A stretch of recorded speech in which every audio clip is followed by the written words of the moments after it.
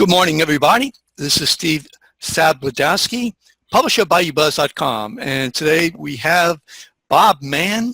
Bob Mann is from LSU, professor at LSU, and also he's been in state and federal government, working for Jon Bel, Governor Blanco. Bob, you can tell us more. Good morning. Good morning, Steve. So you're over at LSU right now, and tell me, the students must be a little bit concerned right now, and maybe the teachers too, about what's going on. So why don't you kind of fill us in, given the fact that we have the legislative session right now with a $900 million budget deficit for the short term up to June 30 that we need to pay or cut or both. Yeah, people are concerned. People are worried. I think they're hopeful that the legislature will do the right thing and come up with the money, but there's not a lot of margin for error. The time is running out, and I think today, Thursday, when the votes start and some of the decisions are made, we're going to see pretty quickly whether there is a possibility for compromise between the governor and the Republicans in the House especially. I think people are generally not worried so much about the Senate. But today will tell a lot, and the blood pressure will either go up or go down depending on whether there are 70 votes today to do some of this stuff. And there are some last-minute compromises that are apparently being discussed regarding the sales tax and how that might be structured, which would give maybe the Republicans a chance to grab a lot of revenue without having to do it in a lot of votes. And so we'll just have to see what happens. But yeah, people are worried here on campus. I think students are really worried because of the talk about having to potentially cancel the semester before it ends, and what that means for their graduation and what that means for student athletes. More people seem to be concerned about the impact on the football season than they do on the ability of some students to graduate in May. You know, that's really funny because, I agree. Ever since Governor Edwards made a statement saying that if we don't come up with more revenues, he didn't specify, how much revenues, but, if we don't come up with more revenues, then obviously, the students will get incomplete grades, and football might not materialize next fall. He was criticized, basically called an extortionist. Yeah. I didn't hear any extortion. I think, in fact, the commissioner from the Board of Regents, Commissioner Ratlow, told me that they had told him about the what could happen in the process. So he was just repeating what he was told. Your thoughts?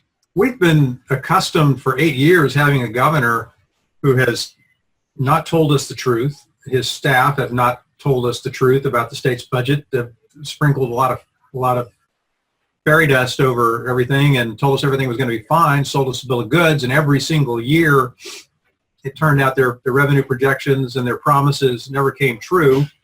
And it amazes me that when we finally have a governor willing to tell us the truth and willing to give us the hard truth and give us the facts about the situation, that suddenly people are offended and outraged. How dare he tell us the truth? How dare he talk about the consequences of our decisions? I'm amazed. You think people would find it refreshing, and yet the Republicans in the House, at least, find it offensive, which tells you a lot about their capacity to handle the truth. Well, is it that they can't handle the truth, or is that they feel like they are being pressured unduly? Well, I think they act like they're being pressured unduly, but they're being pressured by the facts. They're being pressured by the fact that there is $900 million less than we need to finish out the fiscal year, and they've got to do something about it, and to be told the consequences of their actions if they don't take any action. I don't know how that is jamming them. If telling the truth about the consequences of ending the fiscal year $900 million short is jamming them or manipulating them or scaring them, then we're working on different dictionaries. Sure. Now, you've been a fan of Governor Bobby Jindal for quite a while, and he has left us, no doubt, in a real crisis situation. I think everybody admits that except for Governor Jindal. I hear that he's been doing some rehabbing of his reputation. Have you heard anything, read anything? I'm not sure how he is going to rehabilitate his reputation, because he left the state in an awful situation. This is a guy who inherited a $1 billion surplus and left the state with a $2 billion deficit shortfall. There is no, I don't know how you possibly spin that as anything but a disaster. And we're finding out more and more that what he claimed as successes are truly failures. There was a damning report this week that laid bare all the failures of his voucher program. And I think as time goes on, we're going to see more and more of what he spun as successes were actually failures. But nothing compares to the failure that was his fiscal policies and the way that he gave away the store to corporations and wealthy taxpayers at the expense of the poor over the last 8 years. And he timed it perfectly in a way. I mean, he set this time bomb to go off right after he was out the door, and Jon Bel Edwards is the one who is in many ways going to pay the political price for fixing this mess that Jindal left. Sure. Yeah. Now I'm hoping to interview Steve Wagaspak of Lobby, Louisiana Business and Industry Association Business Industry tomorrow. Obviously, as you know, he was counsel for and chief of staff for Jindal. Now he is the main guy over there for the business industry. He's complaining about taxes. He said that last year they raised about $750 million on business in terms of taxes. Yeah. But and he's right. I think he's definitely right. Jim Richardson, who I interviewed yesterday, also said that they raised taxes last year. So if they raised taxes last year, in terms of closing down some of these tax credits and other devices, then what's the big issue about raising, say, a sales tax right now, which would be a short way of raising $220 million for this term? Well, I think there are a couple of reasons why people might have problems with that, and that is that the sales tax is an easy way to grab a lot of revenue, and it happens quickly, and it's a lot of revenue into the next fiscal year. Depending on what they do today, it could be a lot more than they originally anticipated, depending on how many pennies they do and how the fiscal note is, if they redo the fiscal note to capture even more revenue. But the problem that I think some people have with it, and that I have with it in particular, is that it's an easy way to get a lot of revenue, and perhaps we need to do it this year. But long term, it seems to me to be, I think it's indisputable, for example, that sales taxes are regressive. They disproportionately impact the poor and middle class. And we are a state that is giving away 400. There's two ways to look at this. The legislative auditor reported last week that Louisiana collected $400 million less in revenue than it gave away in tax credits. So we have a net revenue collection problem in our tax system. And when you look specifically at corporate taxes, corporate income taxes and franchise taxes, corporations paid $1 billion. We essentially subsidized corporations by about $1.2 billion last year. And to say that for Stephen Wagaspak and the business community in this state to say they are overtaxed is to deny reality. They are not only undertaxed, they are heavily subsidized by state government at a time when we're cutting education and health care. The legislature yesterday voted to cut the minimum foundation fund, elementary and secondary schools, by $44 million, which was 40% of the cuts they imposed were on education at a time when we're giving the business community enormous subsidies in corporate welfare, and we're not really talking about that kind of reform, which seems to me obscene when we're really talking about making it harder for poor people by having now what will indisputably be the highest sales tax in the nation. Sure. Now, but I mean, obviously, a lot of my friends, conservatives, moderates, Republicans say, wait a minute, yeah, what we're doing is we're providing opportunities for businesses to actually come into the state. They're the ones who actually, create jobs. Without businesses, I mean, what do we have? I mean, certainly there was a lot of complaints during, when Governor Foster was in office and early days of Governor Blanco. We need business. We need jobs. As you know, you work for Governor Blanco. She was very helpful in getting the super fund opportunity so we could actually provide incentives. So, are we dealing with, say, parallel situations because we need businesses to come in, like in Lake Charles, to come in, petrochemical, and to provide jobs? Well, it's not, I don't think it's an either or.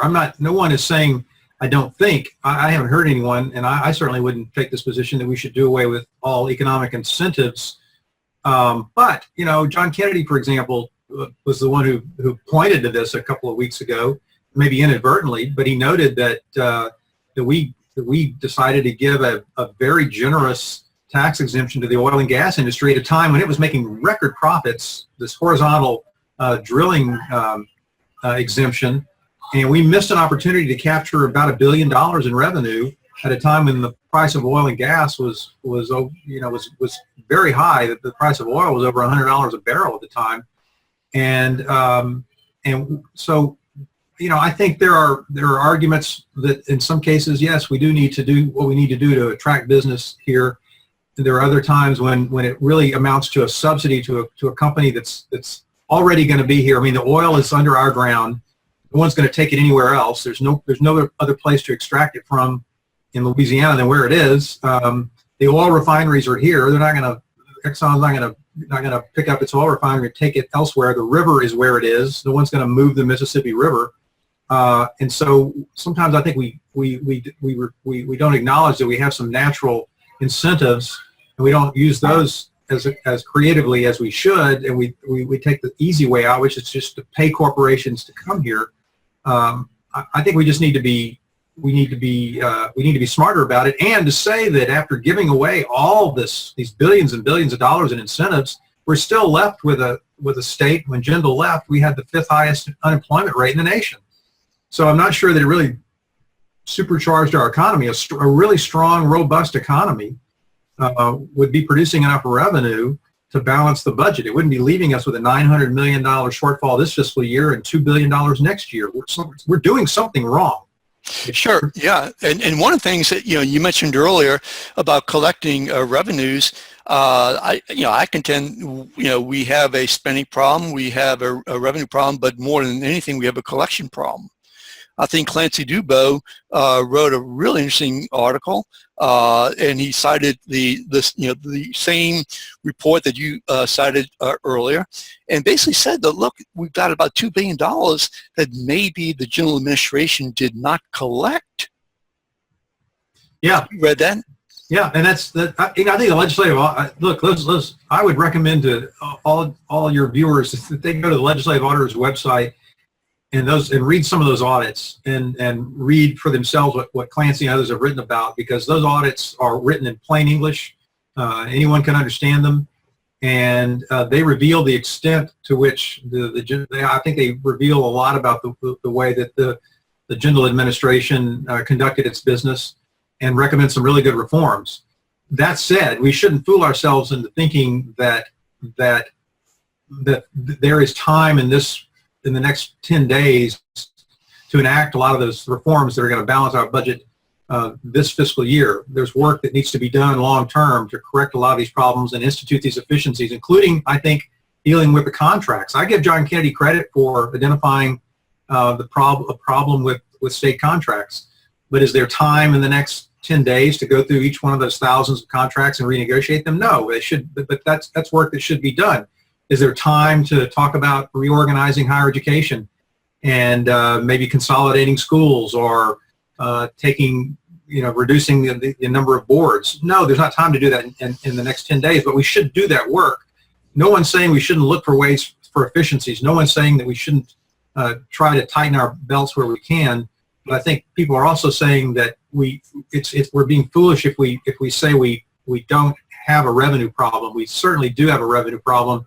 We're leaving a lot of it on the table, and we're giving a lot of it away that isn't helping us. And that's the problem. Going back to the penny sales tax, or the 2 penny sales tax, whatever happens in the next few days, that I think we're taking an easy way out that is going to potentially allow us to ignore the real structural revenue reforms we need to be considering.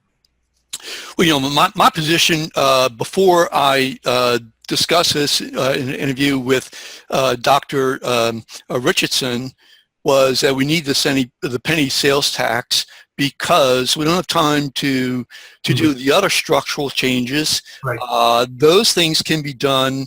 Many of those things can be done, I think, next session, right, which begins a week after this special session. So we don't have time. We've got a time bomb basically ready to go off any day in late March, April. Mm-hmm. And so we need revenues now. We need the $220 million now that the clean penny sales tax will provide. And we need the other $900 and something million for the next fiscal year, but we can put a sunset. So that's my position. I see that there's no other way that you can raise money, and there's no other way that you can cut. Look, they're talking about cutting education right now, not just higher education, but they're talking about cutting K-12. And one last thing, you mentioned, of course, about John Kennedy, and yeah, we all give him credit for focusing on the contracts, but you can't cut those contracts within the period of time that John Kennedy is saying. I mean, he's an attorney. I'm an attorney. I can tell you that you tell these contractors, hey, either you take 25% reduction or 20% reduction, 15% reduction, or you're out of here. We'll get somebody else. You know what's going to happen? A lawsuit. Yeah, that's right. That's right. What the hell is he thinking? But I've been unsparing in my criticism of Kennedy. Sure. But I do give him credit. He has been pushing this issue for 4 or 5 years now. Sure. The legislature rebuffed him several times, finally passed the bill. Jindal, I believe, vetoed it last year. I think it passed last year and Jindal vetoed it. But Kennedy's been on this for a while, and sure, I give him credit for raising this issue. We could have been working on this a long time ago. While I think that he's been demagoguing this issue and misleading people into thinking that we don't have a revenue problem when we indeed do, I think we know indisputably we can't cut our way out of this crisis. I do give him credit for coming up with some innovative solutions, and I give him a lot of credit for fighting the fiscal insanity that was the Jindal administration for a long time. I just think that it's unfortunate that now that he's running for the U.S. Senate, he's decided to become a demagogue and not speak honestly with the people about our problems. Yeah, that's my problems with him also. I mean, I'd probably vote for him right now for U.S. Senate, given who else is out there. But I got to tell you, I mean, when I interviewed him a couple of weeks ago, he said that the budget was a deficit was really about, in terms of the this year, I'm going to use a number about 300 million instead of 750, and 1.3 billion instead of the 1.6 billion. Now it's up to 1.9 or 2 billion and 900 million. So he's about 50% short of what Jim Richardson and the rest of the the revenue estimating conference are saying that the legislature is guiding themselves by, and he is 50 to 60% short of that. I don't understand that. Well, I don't either, and I think we have no choice but to go by the recommendation of the Revenue Estimating Conference. And when it comes to this issue of what the budget shortfall really is, I'm going to side with Jim Richardson every day of the week. I think he doesn't have a political horse in this race. He's not running for anything. He's as honest a person as I know, and I know him very well. And I trust him implicitly, and I would go with his numbers. Sure. Now, since we're talking about Kennedy, and I know that you have to go soon, but I'd like to play part of the interview that I started to listen to from Jeff Carrere, WGSO, so bear with me. I'm going to put it on, and this is my first time hearing this, your first time also. So, but our budget, the whole budget is only like, let's say, what is it, 25 billion approximately? Yes. And these consulting contracts total about 3/4 of the total of the budget, 20 billion? Yes. That's amazing. And I've given the governor some specific contracts that I've asked him to cut.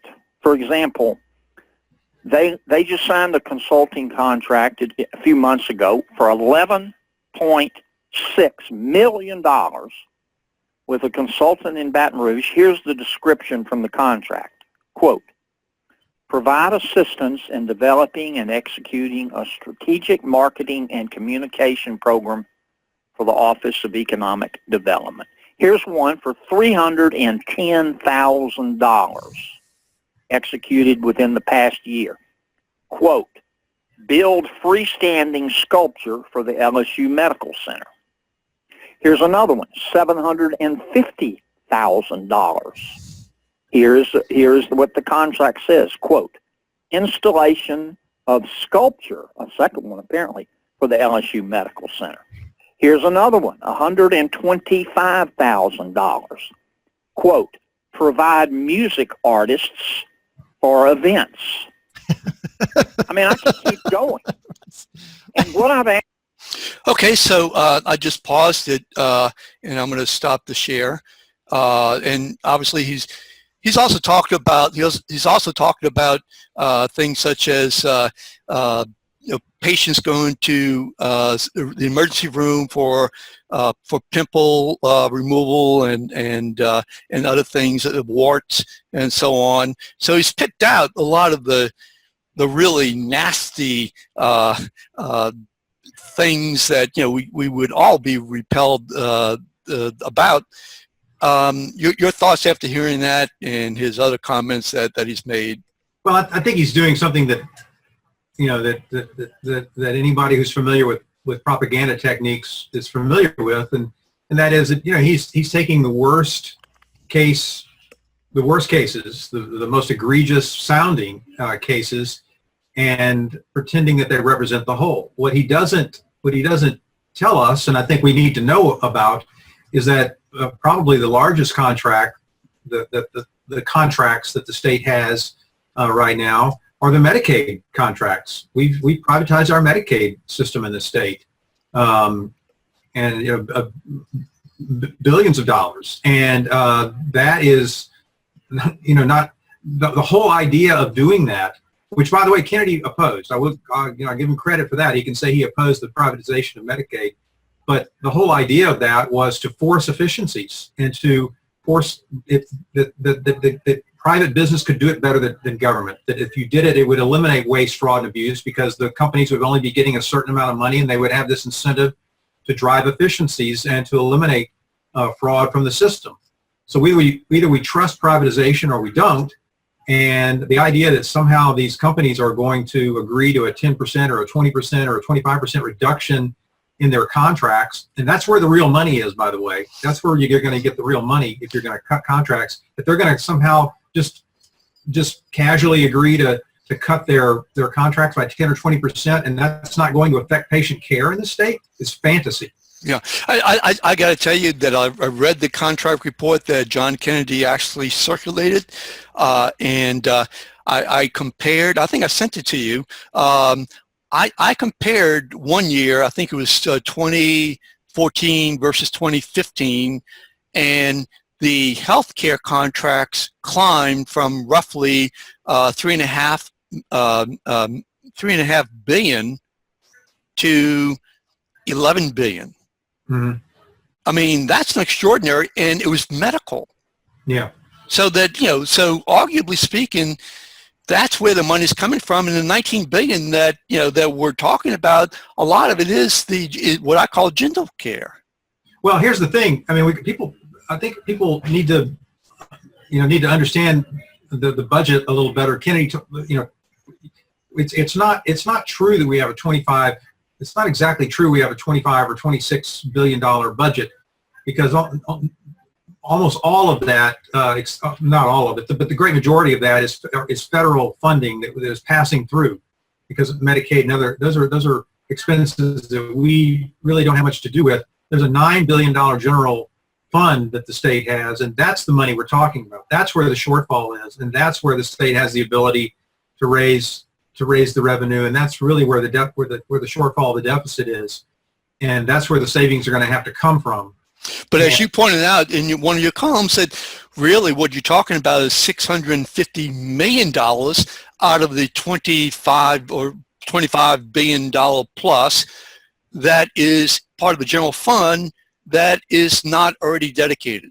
Yeah, so all the $3 billion of the $9 billion general fund is dedicated some way, so that the only part of it that is discretionary is at $3 billion, and 85%, 80 to 85%, I think it's 80% of that $3 billion goes to healthcare and higher education.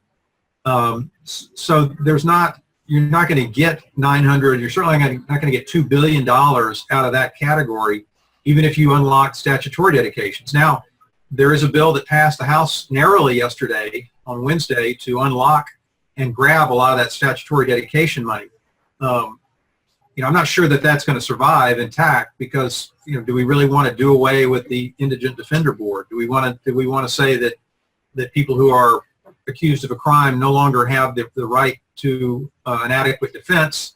And what are the implications for our criminal justice system if a lot of people are being turned out of prison because they were convicted without adequate defense? I think we've got to be a little bit more careful about what we eliminate. But I'm not opposed to unlocking these statutory dedications either. I think Kennedy makes a good point. We ought to look at those statutory dedications and find out whether we really need this or not. But it's not going to be something, unlock it, but you're not going to be able to get those savings this special session. Right? In fact, the bill that passed yesterday does not even do anything for this year. It all begins in the next fiscal year, because the recognition is that money is really not there. Right. And many of the funds that the legislators would like to unlock have zero balances because they've already been rated. Bobby Jindal took $100 million out of statutory dedications over the last 5 or 6 years to balance the budget. He's already taken a lot of that money. Or it's already been spent like salaries. Right.